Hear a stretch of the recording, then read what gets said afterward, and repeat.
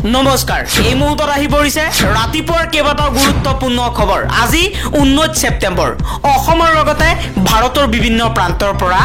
এনে ধৰণৰ খবৰসমূহ নিতো চাবৰ কাৰণে চেনেলটো সাবস্ক্ৰাইব কৰি ভিডিঅ'টোত এটা লাইক কৰি দিব এই মুহূৰ্তত জনাই আছো এটা গুৰুত্বপূৰ্ণ খবৰ যি সকলে গণতন্ত্ৰ ধ্বংস কৰিছে সেই সকলক সুৰক্ষা প্ৰদান কৰিছে ভাৰতৰ নিৰ্বাচন আয়োগে নিৰ্বাচন আয়োগৰ বিৰুদ্ধে এক ডাঙৰ অভিযোগ উত্থাপন কৰিছে বিৰোধী দলপতি ৰাহুল গান্ধীয়ে কৈছে বিজেপিৰ পক্ষত কাম কৰিছে ভাৰতৰ নিৰ্বাচন আয়োগে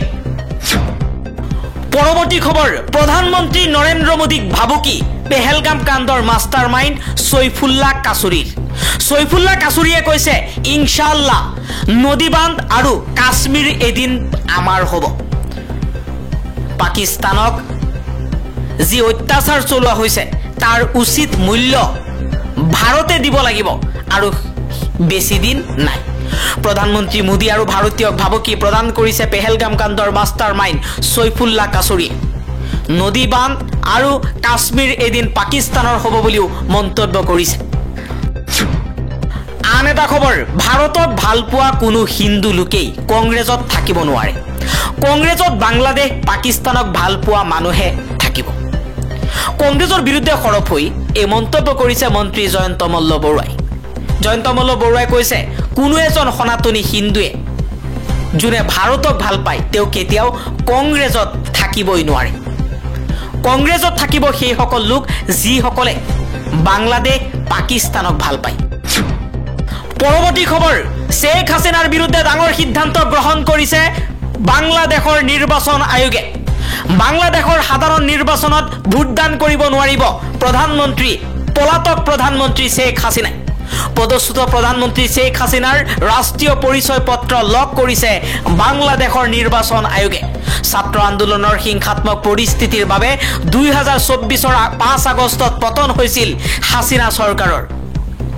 হাছিনাৰ বিৰুদ্ধে আছে শ লোকক হত্যাৰ অভিযোগ শেখ হাছিনাই প্ৰধানমন্ত্ৰী হৈ থাকোতে বাংলাদেশত নিজৰ ইচ্ছামতে যোনেই শেখ হাছিনাৰ বিৰুদ্ধে মাত মাতিছিল তাকেই হত্যা কৰিছিল বাংলাদেশৰ আদালতত আছে শেখ হাছিনাৰ বিৰুদ্ধে হত্যাৰ অভিযোগ শেখ হাছিনাই আইনাগৰ বনাই শ লোকক শাস্তি প্ৰদান কৰিছিল শেখ হাছিনাৰ বিৰুদ্ধে যোনে মাত মাতিছিল তাকেই কঠোৰৰ পৰা কঠোৰ শাস্তি দিয়া হৈছিল মৃত্যু পৰ্যন্ত দিয়া হৈছিল বুলি বহু নেতাই শেখ হাছিনাৰ বিৰুদ্ধে মৃত্যুদণ্ডৰ শাস্তিও প্ৰদান কৰাৰ কথা উল্লেখ কৰিছে পৰৱৰ্তী খবৰ নৰেন্দ্ৰ মোদী এনে এটা নাম যিয়ে বিগত 5 দশক ধৰি কেৱল আৰু কেৱল ৰাইজৰ সেৱা কৰি আহিছে জনগণৰ বাবে তেওঁ সকলো ত্যাগ কৰিছে নিজক পাহৰি গৈছে প্ৰধানমন্ত্ৰী নৰেন্দ্ৰ মোদীক জন্মদিনৰ শুভেচ্ছা জনাই এই মন্তব্য কৰিছে গৃহমন্ত্ৰী অমিত শাহে আন এটা খবৰ অসম সন্তান গৌৰাংগ লাল দাসক দক্ষিণ কোৰিয়াত ভাৰতৰ ৰাষ্ট্ৰদূত হিচাপে নিযুক্তি দিয়া হৈছে 1999 চনৰ ভাৰতীয় বিদেশ সেৱা বিষয়া দাস বৰ্তমান বিদেশ মন্ত্ৰালয়ৰ যুটীয়া সচিব হিচাপে কৰ্মৰত পৰৱৰ্তী খবৰ আকৌ গৌৰৱ গগৈৰ বিৰুদ্ধে সৰব হৈ পৰিল মুখ্যমন্ত্ৰী হিমন্ত বিশ্ব শৰ্মা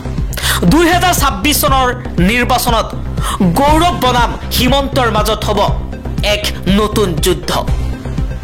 নিৰ্বাচনৰ পূৰ্বেই যুদ্ধৰ আখৰা চলি আছে হিমন্ত বিশ্ব শৰ্মাই কৈছে আমাৰ দৰে মানুহক প্ৰত্যাহ্বান জনাব নোৱাৰে আমুল বেবিয়ে আমাৰ লগত কি পাত্তা পাব যি গৰাকী ব্যক্তিয়ে নিজৰ আত্মা পাকিস্তানক বন্ধকত দি থৈছে তেওঁ আমাক কেনেকৈ প্ৰত্যাহ্বান জনাব গৌৰৱ গগৈক আমুল বেবী আখ্যা দি হিমন্ত বিশ্ব শৰ্মাই এই মন্তব্য কৰিছে হিমন্ত বিশ্ব শৰ্মাই কৈছে গৌৰৱ গগৈয়ে মোৰ লগত পাত্তাই নাপায়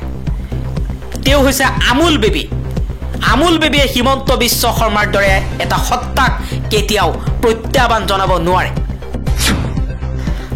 আন এটা খবৰ ধুবুৰীৰ জ্যেষ্ঠ আৰক্ষী অধীক্ষক লীনা দলেক শাস্তিমূলক বদলি গোলকগঞ্জত প্ৰতিবাদকাৰীৰ ওপৰত লাঠি চালনাৰ ঘটনাৰ বাবে শাস্তিমূলকভাৱে বদলি কৰা হৈছে প্ৰতিবাদকাৰীৰ ওপৰত লাঠি চালনাৰ ঘটনাৰ পাছতেই শাস্তিমূলক বদলি গোলকগঞ্জত আক্ৰাসুৰ উদ্যোগত জনজাতিকৰণৰ দাবীত প্ৰতিবাদ সাব্যস্ত কৰাৰ সময়তেই প্ৰতিবাদত আৰক্ষীয়ে কৰিছিল বৰ্বৰ লাঠি চালনা পৰৱৰ্তী খবৰ যোৱা 10 বছৰত বিজেপি চৰকাৰে অসমক বিক্ৰীৰ চেষ্টা কৰিছে মুখ্যমন্ত্ৰী হিমন্ত বিশ্ব শৰ্মা আৰু তেওঁৰ পৰিয়াল দুৰ্নীতিত লিপ্ত হৈছে বাক্সাৰ বথনগুৰিত বিটিসি নিৰ্বাচনৰ প্ৰচাৰ চলাই এপিসিসিৰ ৰাষ্ট্ৰীয় তত্ত্বাৱধায়ক জিতেন্দ্ৰ সিঙে হিমন্ত বিশ্ব শৰ্মা আৰু হিমন্ত বিশ্ব শৰ্মাৰ পৰিয়ালৰ দুৰ্নীতিৰ বিৰুদ্ধে সৰব হৈ পৰিছে পৰৱৰ্তী খবৰ প্ৰধানমন্ত্ৰী নৰেন্দ্ৰ মোদীৰ প্ৰশংসাত পঞ্চমুখ উদ্যোগপতি মুকেশ আম্বানী ভগৱানে প্ৰধানমন্ত্ৰী মোদীক অৱতাৰ পুৰুষ হিচাপে পঠিয়াইছে যাতে আমাৰ দেশৰ নেতৃত্ব দিব পাৰে মই আজিলৈকে এনেকুৱা প্ৰধানমন্ত্ৰী দেখা নাই যিয়ে বাগৰ অনুভৱ নকৰাকৈ একেৰাখে দেশৰ হকে কাম কৰিব পাৰে আন এটা খবৰ ৰাহুল গান্ধীৰ তথ্য ভিত্তিহীন আখ্যা দি খাৰিজ নিৰ্বাচন আয়োগৰ কৰ্ণাটকৰ আনন্দ সমষ্টি বিৰোধী ভোটাৰৰ নাম ডিলিট কৰাৰ অভিযোগ উত্থাপন কৰিছিল ৰাহুল গান্ধীৰ সংবাদমেলৰ পিছতেই সমষ্টিটোত অনলাইন যোগে ভোট ডিলিট কৰা সম্ভৱ নহয় বুলি মন্তব্য কৰিছে নিৰ্বাচন আয়োগে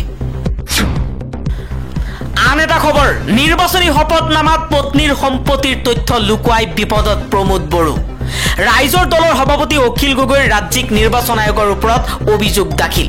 অভিযোগৰ পাছতে তামুলপুৰ জিলাৰ আয়ুক্ত তথা নিৰ্বাচনী বিষয়াক ব্যৱস্থা গ্ৰহণৰ নিৰ্দেশনা ৰাজ্যিক নিৰ্বাচন আয়োগৰ লগতে হাগ্ৰাম মহিলাৰীয়েও কৈছে যে প্ৰমোদ বড়োৱে পত্নীৰ সম্পত্তিৰ তথ্য লুকুৱাই ৰাখিছে পৰৱৰ্তী খবৰ গুৱাহাটী মহানগৰীত দুৰ্গা পূজাৰ বাবে প্ৰশাসনে জাৰি কৰিছে নতুন এছঅপি পূজাথলীত পুৰুষ মহিলাৰ বাবে পৃথক প্ৰৱেশ প্ৰস্থানৰ পথ পূজা সম্পূৰ্ণৰ পাছত ঠাই পৰিষ্কাৰৰ লগতে পেলুনীয়া সামগ্ৰীসমূহ সঠিকভাৱে নিষ্কাশন কৰিব লাগিব পূজাথলীত চিচিটিভি কেমেৰা স্থাপন কৰিব লাগিব স্বেচ্ছাসেৱক নিয়োগ কৰিব লাগিব মাইকৰ ব্যৱস্থা কৰিব লাগিব পূজাথলীৰ সমীপত খালী ঠাই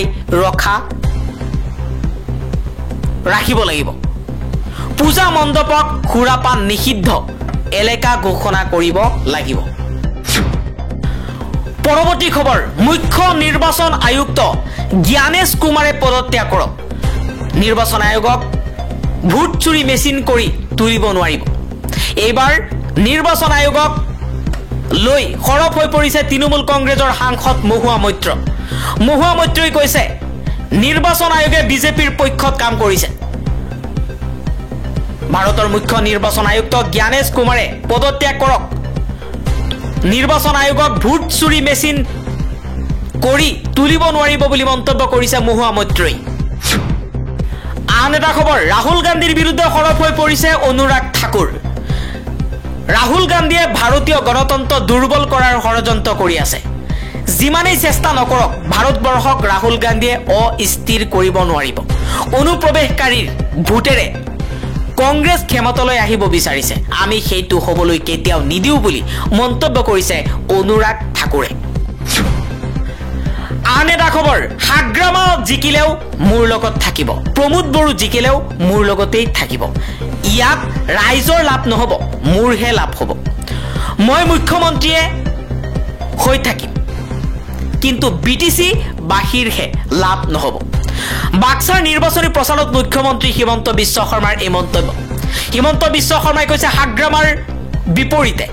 প্ৰমোদ বড়োৰ বিপৰীতে বিজেপিক ভোট দিয়ক বিজেপিক ভোট দিলে বিটিসিত বিজেপি থাকিব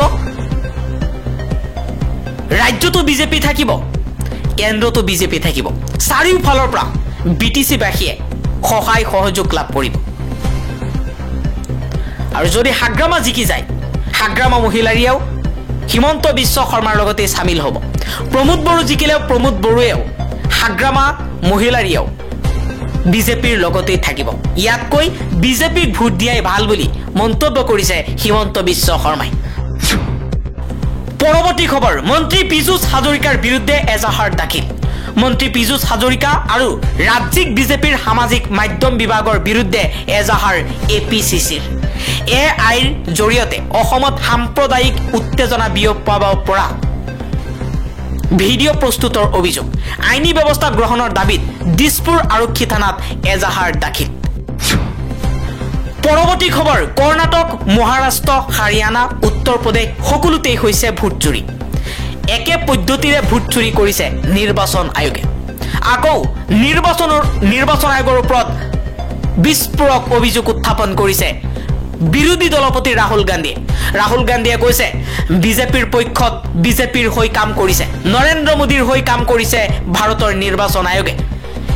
এটাৰ পাছত এটাকৈ ৰাজ্যত নিৰ্বাচন আয়োগে বিজেপিৰ পক্ষত কাম কৰিছে ৰাহুল গান্ধীয়ে কৈছে কৰ্ণাটকৰ পাছত মহাৰাষ্ট্ৰৰ পাছত হাৰিয়ানাৰ পাছত উত্তৰ প্ৰদেশ গোটেই ৰাজ্যতেই ভোট চুৰি হৈছে আৰু একেই পদ্ধতিৰে ভোট চুৰি কৰিছে নিৰ্বাচন আয়োগে